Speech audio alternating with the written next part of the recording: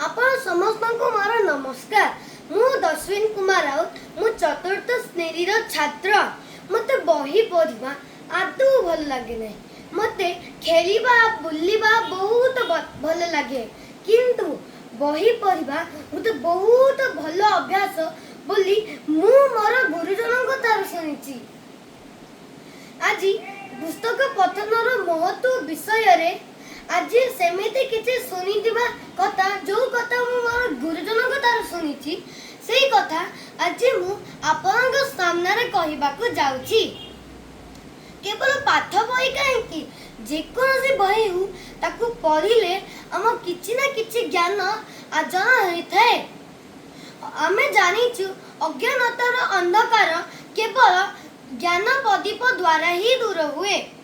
आम चिंताधारा सब विकसित हुए।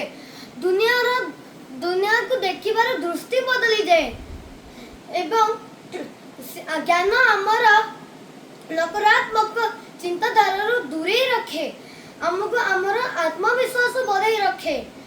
वर्तमान इंटरनेट जगरु आम बहुत किछि पढ़ी पारुछु किंतु बही पढ़िले आम एकाग्रता ध्यान शक्ति आम स्मरण शक्ति बढ़ी थाए एवं आमर कल्पना शक्ति बढ़ी थाए। श्री अरविंद कहिचंती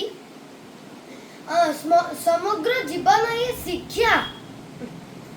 तेनु मोर मतरे पुस्तक पठन अभ्यास कले आम जीवन आनंदित आमर एवं संगे संगे आम जीवन विकसित मध्य हेबा। धन्यवाद।